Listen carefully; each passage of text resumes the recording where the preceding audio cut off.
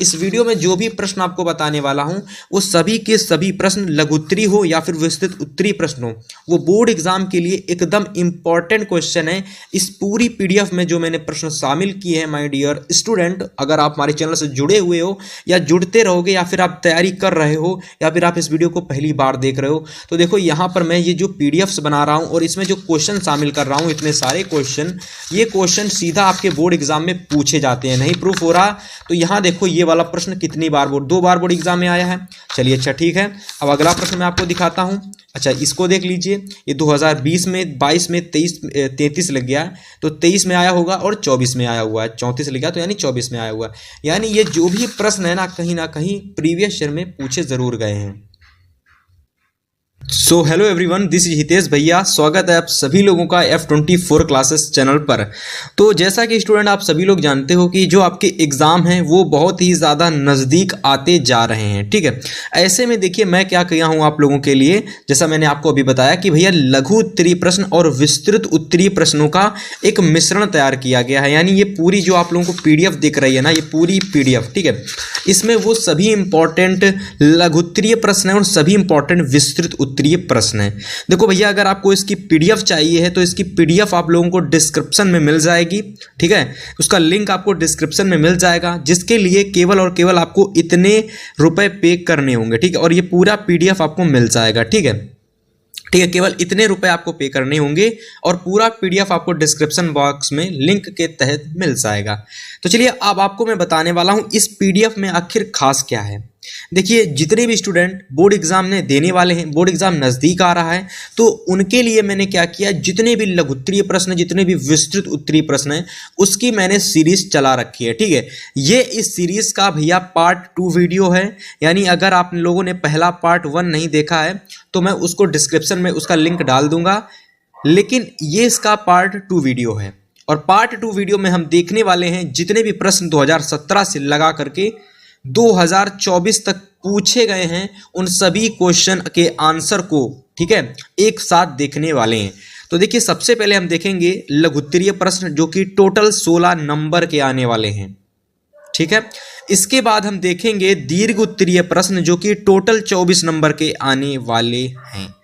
तो चलिए सबसे पहला नोट करिए प्रश्न, ठीक है। सबसे पहला प्रश्न आप नोट करिए, लघुत्तरीय प्रश्नों का सबसे पहला प्रश्न नोट करिए, ठीक है। सबसे पहला प्रश्न, प्रश्न नंबर 1 कि लोकतंत्र में सत्ता की से साझेदारी क्यों जरूरी है। यानी जो लोकतंत्र होता है उसमें सत्ता की साझेदारी क्यों जरूरी होती है, कोई तर्क दीजिए, कोई तर्क दीजिए, ठीक है। देखो प्रश्न 2022 में, 23 में और 24 में पूछा गया है। माय डियर स्टूडेंट, इस प्रश्न के आंसर को देखेंगे, लेकिन उससे पहले ये प्रश्न दूसरे तरीके से भी पूछा जा सकता है। तो चलिए देख लेते हैं कैसे आखिर ये दूसरे तरीके से कैसे पूछा जा सकता है। तो देखिए दूसरे तरीके से ये इस तरीके से पूछा जा सकता है कि सत्ता की साझेदारी लोकतंत्र की आत्मा है, इस कथन की विवेचना कीजिए। देखो स्टूडेंट पेपर में जो प्रश्न होते हैं अलग अलग तरीके से पूछे जाते हैं, लेकिन उसका जो आंसर होता है वो एक ही होता है। तो देखिए इस पूरे क्वेश्चन का आंसर क्या होगा कि लंबे समय से यही मान्यता चली आ रही है। मान्यता लिखो यहाँ पर, ठीक है। थोड़ी सी मिस्टेक है, तो अगर आप मिस्टेक को मेरे साथ पढ़ते चलेंगे तो मैं उसको सही करा दूंगा। लंबे समय से यही मान्यता चली आ रही थी कि सरकार की सारी शक्तियां एक व्यक्ति या किसी खास स्थान पर रहने वाले व्यक्ति समूह के हाथ में रहनी चाहिए, ठीक है। आगे देखिए, अगर फैसला लेने की शक्ति बिखर गई तो तुरंत फैसला लेना और उन्हें लागू करना संभव नहीं होगा। आगे देखिए, लेकिन लोकतंत्र का एक बुनियादी सिद्धांत है कि जनता सारी राजनीतिक शक्ति को स्रोत है, यानी जनता सारी राजनीतिक शक्ति का स्रोत है। इसमें लोक स्वास्थ्य आसान की संस्थाओं के माध्यम से अपना शासन चलाते हैं, ठीक है। एक अच्छे लोकतांत्रिक शासन में समाज के विभिन्न समूह और उनके विचारों को, ठीक है, उचित सम्मान दिया जाता है, ठीक है। आगे देखिए, और सार्वजनिक नीतियां तय करने में सबकी बातें शामिल होती हैं, इसीलिए उसी लोकतंत्र शासन को अच्छा माना जाता है जिसमें ज़्यादा से ज़्यादा नागरिकों को राजनीतिक सत्ता में हिस्सेदार बनाया जाए, ठीक है। तो ये है इस पूरे प्रश्न का आंसर। ठीक है, जिन लोगों ने इसको एक क्वेश्चन को अच्छे से समझा होगा कि सत्ता की साझेदारी लोकतंत्र की आत्मा है, इस कथन का विवेचना कीजिए। यानी सत्ता की जो साझेदारी है ना, ये लोकतंत्र की आत्मा है। अब ये क्यों है, इस पूरी जानकारी का ये रहा अर्थ। ठीक है, यानी ये पूरा आंसर आपको ये रहा। भैया इतनी अच्छी लैंग्वेज में और सरल भाषा में इसको लिखा गया है, और ये पूरी पीडीएफ, इसका जो नोट्स है ना, पूरी पीडीएफ का जो भी मटेरियल है, ये भैया आपको केवल इतने रुपए में, इतने कम रुपए में, जितने का आप सोच नहीं सकते। जो आपका पिज्ज़ा हो गए, बर्गर हो गए, जो भी आप खाते हो, मोमोज वगैरह, जो भी चीज़ें हैं वो बहुत ही कॉस्टली होती हैं। लेकिन पढ़ाई में अगर आप केवल इतना पे करके इस पूरी पीडीएफ को ले लोगे तो भाई साहब आपके इतने क्वेश्चन तैयार हो जाएंगे कि आप लोग सोच नहीं सकते। ठीक है, ये चलिए अब मैं आपको बताने वाला हूं अगला मोस्ट इंपॉर्टेंट क्वेश्चन, जो कि सेकंड हमारा होने वाला है। चलिए अगला हमारा लघुत्तरीय प्रश्न देखिए क्या है। ठीक है, अगला लघुत्तरीय प्रश्न ये है, क्वेश्चन नंबर सेकंड। देखो इस पीडीएफ में मैंने उतने ही प्रश्नों को लिया है जो प्रश्न आप तैयार कर सकते हो। ठीक है, यानी मेरा मतलब ये है कि इतने मैंने प्रश्न ज़्यादा नहीं लिए हैं कि आप लोग इनको ना तैयार कर पाओ। ठीक है, 4 इसमें शॉर्ट हैं और 3 इसमें लॉन्ग क्वेश्चन हैं, यानी 4 शॉर्ट क्वेश्चन और 3 लॉन्ग क्वेश्चन हैं। ठीक है भाई, आप लोग इसको 2 से 3 दिन में आसानी से तैयार कर लोगे इस पूरी पीडीएफ को, और इसके जो प्रश्न है आपको बोर्ड एग्जाम में ज़रूर देखने को मिलेंगे। जैसे कि दूसरा प्रश्न देखो, भारत में केंद्र और राज्यों के बीच सत्ता के बंटवारे में किन्हीं 3 विशेषताओं का वर्णन कीजिए। यानी भारत में केंद्र और राज्यों के बीच, यानी जो केंद्र सरकार होती है और जो राज्य सरकार होती है, ठीक है, इसके बीच में आपको क्या करना है, अंतर बताना है, और इसके साथ ही साथ किन्हीं 3 विशेषताओं का वर्णन करना है। के बीच सत्ता के बंटवारे में किन्हीं 3 विशेषताओं का वर्णन कीजिए। यानी भारत के केंद्र सरकार और राज्य सरकार की सत्ता के बंटवारे के बीच किन्हीं 3 विशेषताओं का आपको वर्णन करना है। 2024 के बोर्ड परीक्षा में ये प्रश्न पूछा गया था। इसके साथ साथ अथवा में ये प्रश्न इस तरीके से भी आता है कि भारत के संविधान में, देखो स्टूडेंट, भारत के संविधान में केंद्र और राज्य के बीच शक्तियों का विभाजन किस तरह किया गया है।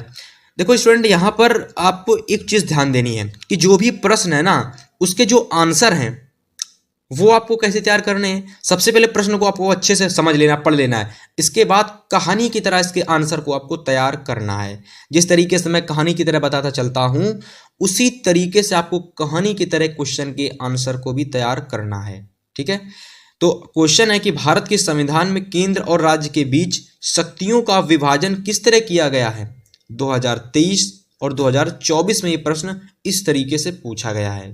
ठीक है, इसके आंसर की बात करते हैं भैया। आंसर को देखिए, भारत के संविधान में केंद्र और राज्य सरकारों के मध्य विधायी, इधर मैं लिख देता हूं। ठीक है, विधायी, ठीक है, तो विधायी अधिकारों का विभाजन 3 सूचियों में किया गया है। ठीक है, जिनका विवरण इस प्रकार है। तो सबसे पहली जो आप लोगों की, ठीक है, सबसे पहली यहाँ पर देखिए जो विभाजन है वो संघ सूची है। सबसे पहली हेडिंग लगेगी संघ सूची, और संघ सूची में आप क्या लिखोगे कि इसमें प्रतिरक्षा, ठीक है, विदेश, बैंकिंग, संचार, मुद्रा जैसे राष्ट्रीय महत्व के विषय हैं। इन पर कानून बनाने का अधिकार राज्य सरकार को है। तो भैया विदेश हो गया, प्रतिरक्षा हो गया, विदेश हो गया, बैंकिंग हो गया, संचार हो गया, मुद्रा हो गया, तो इन पर जो भी है, ठीक है, जिसका अधिकार है वो है भैया राज्य सरकार। ठीक है, यानी राज्य सरकार का प्रतिरक्षा, विदेश, बैंकिंग, संचार, मुद्रा में किसका अधिकार है, राज्य सरकार का। तो इसे हम लोग बोलते हैं संघीय सूची। ठीक है, चलिए नेक्स्ट हेडिंग लगाएंगे माय डियर, राज्य सूची। क्या हेडिंग लगाएंगे, राज्य सूची। यानी राज्य में बहुत सारी चीजें होती हैं, जो भी चीजें राज्य में होती हैं, ठीक है, वो उन पर अधिकार बनाने का, यानी उन पर अधिकार कौन बनाता है। तो सबसे पहले राज्य सूची में कौन कौन आते हैं, तो देखिए इसमें क्या होता है, पुलिस, व्यापार, वाणिज्य, कृषि, सिंचाई जैसे प्रांतीय महत्व के विषय आते हैं। ठीक है, और इन पर कानून बनाने का अधिकार राज्य सरकार किसको होता है, राज्य सरकार को है। यानी डियर, पुलिस हो गया, व्यापार हो गया, वाणिज्य हो गया, कृषि, सिंचाई, इन सभी पर क्या होता है, जो अधिकार बनाने का, ठीक है, कानून बनाने का जो अधिकार होता है वो किसके पास होता है, राज्य सरकार के पास होता है। ठीक है, तो ये दो मोस्ट इंपॉर्टेंट पॉइंट अगर आपको तैयार हो गए हैं तो फिर इसके आगे के पॉइंट चलिए मैं आपको वो बताता हूं। तो तीसरा है समवर्ती सूची। समवर्ती सूची, तो समवर्ती सूची में देखिए आप क्या लिखोगे कि इसमें शिक्षा, इसको शिक्षा कर लीजिए, तो इसमें शिक्षा व मजदूर संघ, विवाह जैसे विशेष शामिल हैं। ठीक है, तो क्या क्या शामिल है इस संघ में, ठीक है, या फिर समवर्ती सूची में। तो समवर्ती सूची में देखिए शिक्षा शामिल है, मजदूर शामिल हैं और विवाह जैसे जो विशेष हैं वो शामिल हैं। ठीक है, अब देखिए कि इन पर कानून बनाने का अधिकार केंद्र तथा राज्य दोनों सरकारों को है। ठीक है, यानी इन पर जो कानून बनाने का अधिकार है वो किसको है, केंद्र को भी है और राज्य को भी, यानी केंद्र सरकार और राज्य सरकार दोनों को है इस पर क्या करने का, अधिकार बनाने का। ठीक है, या फिर कह सकते हो कानून बनाने का अधिकार दोनों सरकारों को है। लेकिन जब दोनों के, ठीक है, दोनों के कानूनों में टकराव हो तो केंद्र सरकार द्वारा बनाया गया कानून ही मान्य होता है। यानी जब दोनों के बीच टकराव हो जाता है तो उस समय कानून बनाने का अधिकार केवल उसी का ही होता है जो होती है केंद्र सरकार। ठीक है, फाइनली इस तरीके से ये वाला पॉइंट भी कंप्लीट हो गया। अब चलिए अगला पॉइंट देखिए। अगला 4 नंबर पॉइंट आप डालोगे, लिखोगे अवशिष्ट। और अवशिष्ट में आप क्या लिखोगे, लिखोगे कि अवशिष्ट विषयों की सूची में वे विषय रखे गए हैं जो तीनों सूचियों में शामिल नहीं थे। ये जो नए विषय उभरे हैं इन पर केंद्र सरकार कानून बनाती है। यानी ऐसे विषय जो एकदम अभी नए नए उभरे हुए हैं, जैसे कि अगर मैं बात करता हूं तो जैसे कि नया नया विषय आपके यहाँ पर अगर मैं बात करता हूं तो जैसे कि आपका जो यूट्यूब वगैरह हो गया, ये भी एक नया विषय होता है मेरे हिसाब से। ये बहुत पुराने समय से नहीं आ रहा है, इसको अभी 10 से 20 साल हुए हैं। यूट्यूब चीज़ें, फेसबुक वगैरह, इंस्टा वगैरह, जो भी सोशल मीडिया के जो भी चीज़ें हैं, ठीक है, तो इन पर अधिकार बनाने का जो, ठीक है, वो किसको है, केंद्र सरकार को है। वो किसको है, केंद्र सरकार को है। ठीक है, कानून बनाने का अधिकार केंद्र सरकार को है।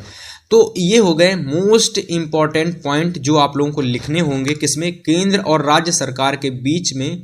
आपको जब क्या बताना हो, दोनों के बीच में जब आप लोगों को अंतर बताना हो, या फिर कह सकते हो दोनों के बीच में आप लोगों को विभाजन करना हो उनके कानून बनाने के अधिकार के हिसाब से। ठीक है, इंपॉर्टेंट क्वेश्चन समझ सकते हो, इस पूरे क्वेश्चन को आप वेरी इंपॉर्टेंट कह सकते हो, बोर्ड एग्जाम में जरूर आएगा ये आपके। ठीक है, फिलहाल अगले क्वेश्चन की ओर बात करते हैं। अगला क्वेश्चन देखिए, अगला प्रश्न हमारा है कि भारत में जाति प्रथा का राजनीति एवं समाज पर क्या प्रभाव पड़ा। यानी भारत में जो जाति प्रथा है, जो जाति प्रथा चलती है, उसका राजनीति और समाज पर क्या प्रभाव पड़ा उसको बारे में आपको बताना है। ठीक है, उसके बारे में यानी आपको बताना है। और देखिए जिन लोगों को इसकी पीडीएफ चाहिए है, देखिए अगर आप पीडीएफ लेने में केवल मात्र इतने रुपए पे करने में अगर आप सोच रहे हो तो पढ़ाई में आप, भाई इससे ज़्यादा मैं कुछ नहीं कर सकता, क्योंकि ये जो पेमेंट है, इससे जो भी पेमेंट करोगे, इससे जो स्टॉफ वगैरह है, इसमें मुश्किल का 2 से 3 रुपए ही बचेंगे, क्योंकि आधे से ज़्यादा रुपए तो जो साइट होती है, वेबसाइट, वही रख लेती है। जो रुपए आपसे मिलते हैं, पैसे वगैरह जो भी ज़्यादा नहीं मिलते, उससे केवल ये जो आपकी पीडीएफ होती है ना, ये आपके लिए बन के आती है। इस पूरे पीडीएफ का जो प्राइस है वो 10 रुपए है, लेकिन केवल 5 रुपए में आपको मैं सेल कर रहा हूँ। ठीक है, इसलिए ताकि ये आपके लिए और नई बन के आ सके, जिससे कि और आपके लिए पढ़ाई हो सके। ठीक है, तो इसकी पीडीएफ आपको डिस्क्रिप्शन बॉक्स में उसका लिंक दे रखा है, जाइए परचेस करिए और अच्छे से एकदम पढ़ाई करिए। ठीक है, फिलहाल इसके आंसर की अगर हम बात करें तो देखिए इसका आंसर क्या होगा, उत्तर क्या होगा कि भारत में जाति प्रथा वोटरों के ध्रुवीकरण में महत्वपूर्ण भूमिका निभाती है। राजनीतिक दल समाज में लोगों की जाति आधार पर बताकर अपना वोट बढ़ाते हैं। यानी राजनीतिक दल जो होते हैं समाज में लोगों की जाति उधार यानी जाति आधार पर बताकर अपना वोट बढ़ाते हैं। यानी कहते हैं कि हम इस कास्ट के हैं, आप उस कास्ट के हो, हम दोनों की कास्ट एक जैसी है इसलिए आप हमारे में वोट डालो। ठीक है, तो ये सारी चीजें होती हैं किसमें, जब जाति प्रथा आ जाती है चुनाव में या फिर राजनीति में। ठीक है, आगे देखिए। और इस क्रांति का इस कारण राजनीति सफलता हेतु उपयोग करते हैं। इस कारण राजनीति सफलता हेतु उपयोग करते हैं। ठीक है, आगे लिखा हुआ है, तो चलिए उसको मैं बताता हूं आपको। तो करते हैं। जातियों में विभाजित भारतीय समाज का राजनीतिक दल देश के स्वतंत्र के समय से अपने हित में उपयोग करते आ रहे हैं। ठीक है, जाति विचारधारा को उग्र करने में समाज में वैमनस्य से फैलता है। यानी जाति विचारधारा को उग्र करने में समाज में क्या फैलता है, वैमनस्य फैलता है।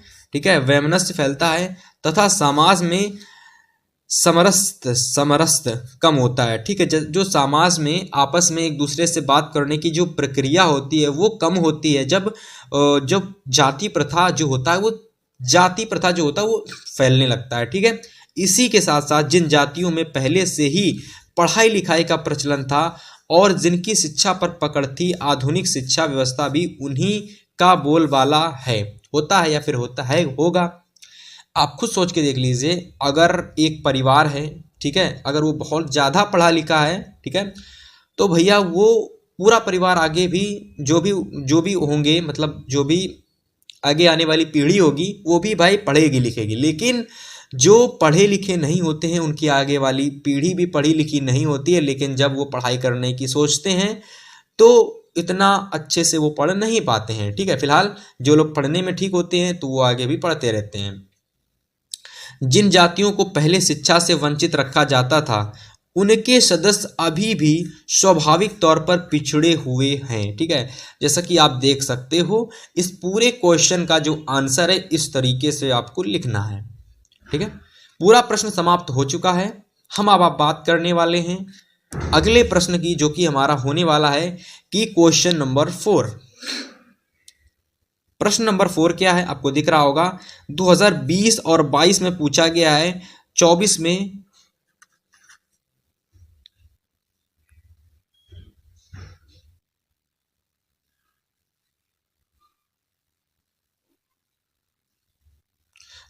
ये प्रश्न नहीं पूछा गया था, तो उम्मीद करता हूं कि 25 में प्रश्न जरूर आएगा। ठीक है, चलिए इसका आंसर कैसे लिखोगे आप लोग, पहले प्रश्न को पढ़िए कि लोकतांत्रिक शासन एक उत्तरदायी शासन होता है। ठीक है, यानी जो लोकतांत्रिक शासन होता है माय डियर स्टूडेंट, ये एक उत्तरदायी शासन होता है। आपको क्या करना है, उदाहरण देकर आपको इसका उत्तर लिखना है।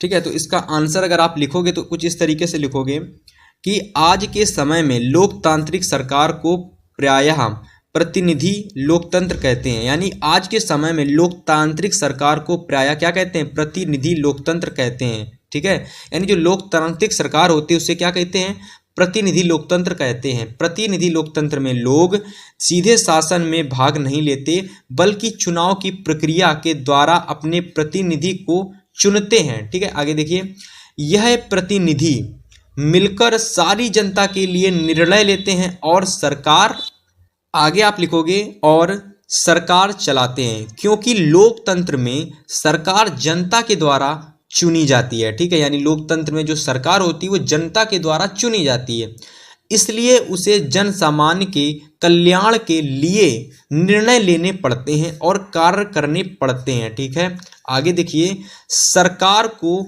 समाज समानता, स्वतंत्रता तथा सामाजिक, ठीक है, सामाजिक न्याय के मूल्यों को ध्यान में रखते हुए कार्य करना पड़ता है। ठीक है, फिलहाल ये हो गए इंपॉर्टेंट क्वेश्चन जो कि थे भाई आप लोगों के शॉर्ट क्वेश्चन, जिसको आप लघुत्तरीय प्रश्न कह सकते हो, लघु उत्तरीय। ठीक है, लघु उत्तरीय प्रश्न कह सकते हो। ठीक है, तो इतने प्रश्न आपको क्या करने हैं, लघु उत्तरीय तैयार करने हैं।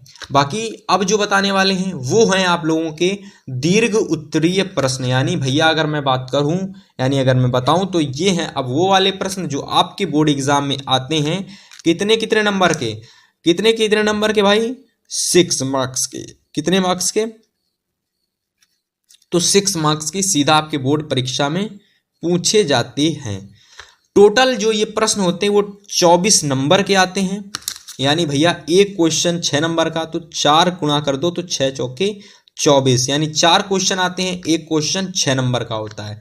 अगर आपको पूरे के पूरे 24 नंबर लेने हैं दीर्घ उत्तरीय प्रश्नों में, तो माय डियर स्टूडेंट आपको सबसे पहले ये वाला प्रश्न तैयार करना होगा। ठीक है, प्रश्न क्या है, प्रश्न है देखिए कि लोकतंत्र किस तरह उत्तरदायी, जिम्मेवार और वेद सरकार का गठन करता है। यानी लोकतंत्र किस तरह उत्तरदायी, जिम्मेवार और वेद सरकार का गठन करता है, तो आपको ये बताना होगा।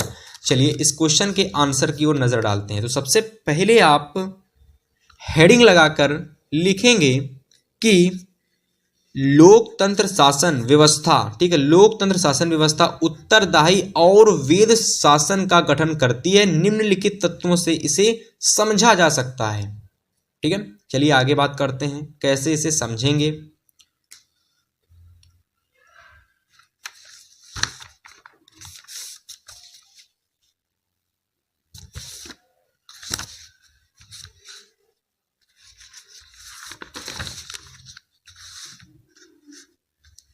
तो सबसे पहली हेडिंग आप माय डियर स्टूडेंट लगाएंगे यहां पर देखिए, सूचना का अधिकार। सबसे पहली हेडिंग लगाकर सूचना का अधिकार डालेंगे और लिखेंगे कि लोकतांत्रिक देश में नागरिकों को सरकार तथा उसके कामकाज के, ठीक है, आगे देखिए, बारे में जानकारी पाने का अधिकार प्राप्त है। यदि कोई नागरिक यह जानना चाहे कि फैसले लेने में नियमों का पालन हुआ है या नहीं, तो वह इसका पता कर सकता है। उसे यह ना सिर्फ झरने का अधिकार, उसे यह ना सिर्फ पता करने का अधिकार है, पता करने का, ठीक है, तो यहां पर झरने की जगह होगा पता करने का अधिकार है, बल्कि उसके पास इसके साधन भी उपलब्ध हैं।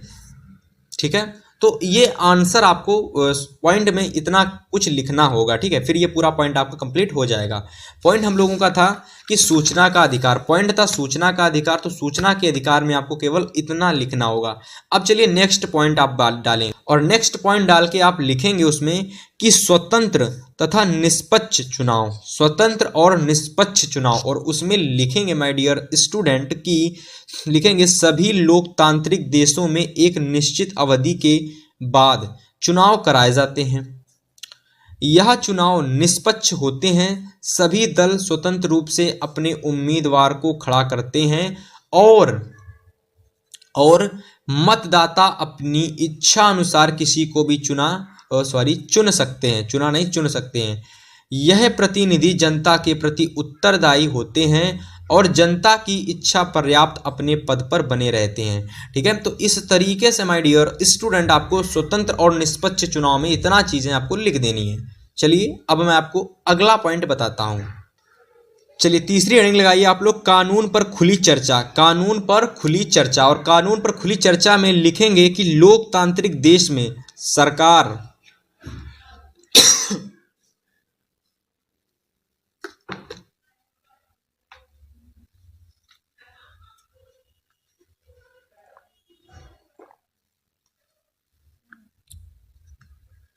तो लोकतांत्रिक देश में सरकार जो भी कानून बनाती है वह एक लंबी प्रक्रिया के बाद बनता है। ठीक है, और उसी पर, यानी उस पर कह सकते हो, उस पर पूरी बहस, उस पर लिखो, उसे नहीं, उस पर पूरी बहस तथा विचार विमर्श किया जाता है, फिर उसे जनता के समक्ष रखा जाता है। ठीक है, आगे, इसलिए इस बात को संभावना होती है, यानी अब इसलिए इस बात की संभावना होती है कि लोग उसके फैसले को मानेंगे और वह ज्यादा प्रभावित होंगे। ठीक है, आगे लिखोगे आप लोग इसमें कि लोकतंत्र व्यवस्था में एक ऐसी सरकार का गठन होता है जो नियम और कानून को मानती है और लोगों के प्रति उत्तरदायी होती है। ठीक है, आगे देखिए, लोकतांत्रिक सरकार नागरिकों को निर्णय प्रक्रिया में हिस्सेदार बनने और खुद को उनके प्रति जवाबदेह बनाने वाली कर विधि भी विकसित कर लेती है। और इस प्रकार लोकतांत्रिक शासन व्यवस्था, आगे देखिए, इस प्रकार लोकतांत्रिक शासन व्यवस्था, ठीक है, शासन व्यवस्था कौन सी? लोकतांत्रिक शासन व्यवस्था निश्चित रूप से अन्य शासनों से बेहतर है। यह वेद शासन व्यवस्था है, इसलिए पूरी दुनिया में लोकतंत्र के विचार के प्रति समर्थन का भाव है। ठीक है, तो इस तरीके से डियर स्टूडेंट देखिए पूरा का पूरा जो क्वेश्चन है वो समाप्त हो चुका। अब इस पूरे के क्वेश्चन में आप लोग डालिए वेरी इंपॉर्टेंट और 2025 के लिए एकदम तैयार करना स्टार्ट कर दीजिए। माय डियर स्टूडेंट, ये प्रश्न बहुत ज़्यादा इंपॉर्टेंट है, मोस्ट प्रोबेबली यहाँ से आपके परीक्षा में क्वेश्चन जरूर पूछे जाएंगे। ठीक है, चलिए अगला क्वेश्चन नोट करिए। Question number second, long question है सेकंड, कि राजनीतिक दल का क्या तात्पर्य है? राजनीतिक दल का क्या तात्पर्य है? लोकतंत्र में राजनीतिक दलों की विभिन्न भूमिकाओं की विवेचना कीजिए। ठीक है, तो चलिए विवेचना करते हैं। तो सबसे पहले आप उत्तर में लिखेंगे कि स्टूडेंट, एक लोकतांत्रिक राज्य में राजनीतिक दल निम्न रूप से अपनी भूमिका निभाते हैं। यानी एक लोकतांत्रिक राज्य में जो राजनीतिक दल होते हैं निम्नलिखित अपने अपने तरीके से अपनी भूमिका निभाते होंगे राजनीतिक दल।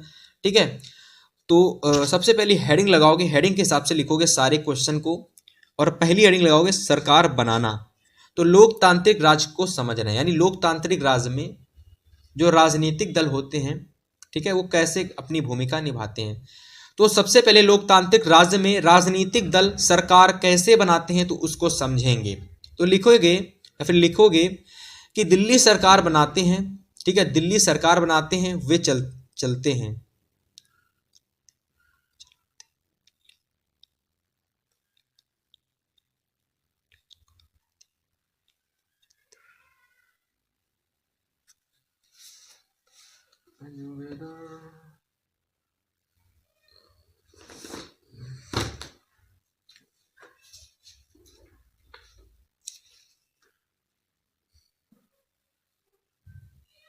तो यहां पर देखिए थोड़ी सी मिस्टेक है, दिल्ली की जगह होगा दल, तभी मैं कहूं दिल्ली सरकार बनाते हैं, इसका क्या मतलब होगा। ठीक है, तो यहां लिखोगे डियर, सरकार बनाने में यानी लोकतांत्रिक राज्य राजनीतिक दल के हिसाब से सरकार कैसे बनाते हैं। तो देखिए लोकतांत्रिक राज्य जो होते हैं सरकार ऐसे बनाते हैं, लिखोगे कि दल सरकार बनाते हैं, वह वही चलाते हैं, यानी वह चलाते हैं, वह उसे, यहाँ पर लिख दो, वह उसे चलाते हैं। जो दल चुनाव जीतता है वह सरकार बनाता है तथा महत्वपूर्ण नीतियों और फसलों के या फिर कह सकते फैसलों के मामले में निर्णय भी लेता है। आगे देखिए, पार्टियां नेता चुनती हैं, यानी जो पार्टियां होती हैं वो नेता चुनती हैं, उनको प्रशिक्षित करती हैं। ठीक है, उनको प्रशिक्षित करती हैं, इतना लिख लोगे भाई। इसके बाद आप क्या लिखोगे, इसके बाद इसमें आप लिखोगे प्रशिक्षित करती हैं और फिर उन्हें मंत्री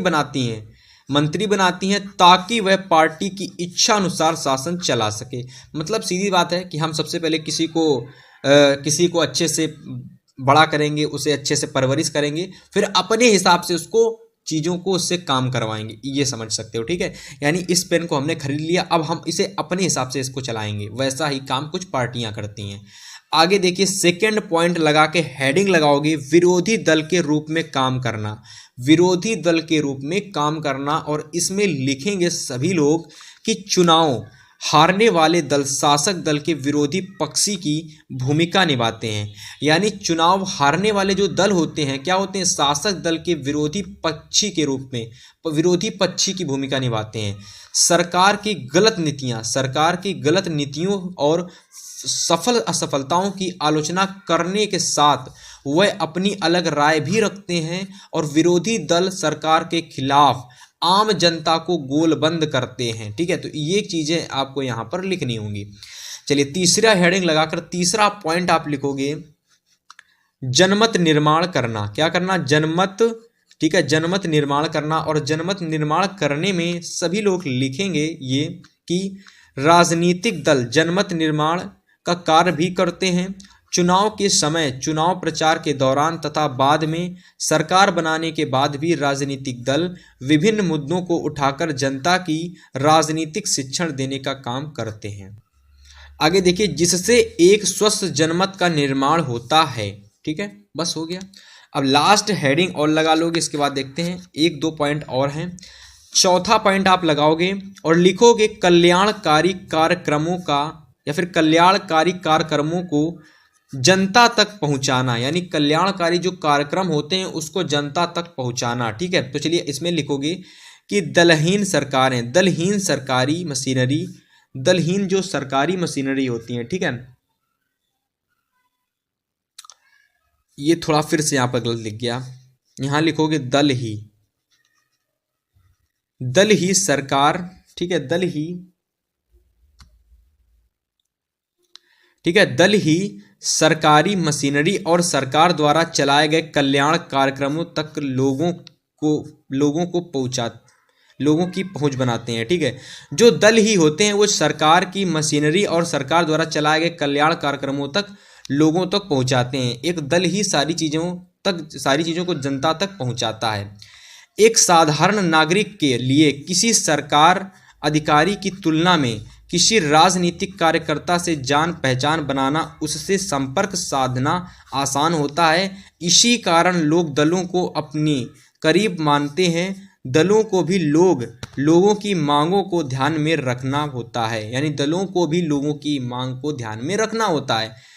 ठीक है, आगे देखिए, वरना जनता अगले चुनाव में उन्हें हरा सकती है। पॉइंट नंबर 5 लिखोगे आप लोग, चुनाव लड़ना। पॉइंट नंबर 5 चुनाव लड़ना, और उसमें लिखेंगे सभी लोग कि राजनीतिक दल चुनाव लड़ते हैं, यानी जो राजनीतिक दल होते हैं वो चुनाव लड़ते हैं। अधिकांश लोकतांत्रिक देश में चुनाव, ठीक है, अधिकांश लोकतांत्रिक देश में जो चुनाव होते हैं वो राजनीतिक दलों द्वारा खड़े किए गए, आगे देखते हैं, यहाँ पर तो लिखा नहीं है,